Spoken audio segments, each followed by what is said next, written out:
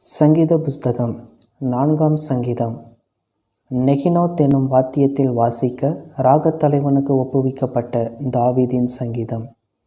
என் நீதியின் தேவனே, நான் கூப்பிடுகையில் எனக்கு செவிகொடும். நெருக்கத்தில் இருந்த எனக்கு விசாலம் உண்டாக்கினீர்.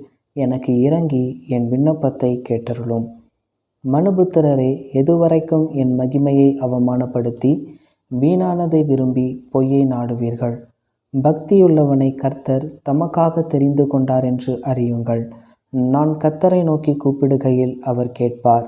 நீங்கள் கோபம் கொண்டாலும் பாவம் செய்யாதிருங்கள். உங்கள் படுக்கையிலே உங்கள் இருதயத்தில் பேசிக்கொண்டு அமர்ந்திருங்கள். நீதியின் பலிகளை செலுத்தி கர்த்தர் மேல் நம்பிக்கையாயிருங்கள். எங்களுக்கு நன்மையை காண்பிப்பவன் யார் என்று சொல்லுகிறவர்கள் அநேகர். கர்த்தாவே, உம்முடைய முகத்தின் ஒளியை எங்கள் மேல் பிரகாசிக்க பண்ணும். அவர்களுக்கு தானியமும் திராட்சரசமும் பெருகிருக்கிற காலத்தின் சந்தோஷத்தை பார்க்கிலும் அதிக சந்தோஷத்தை என் இருதயத்தில் தந்தீர்.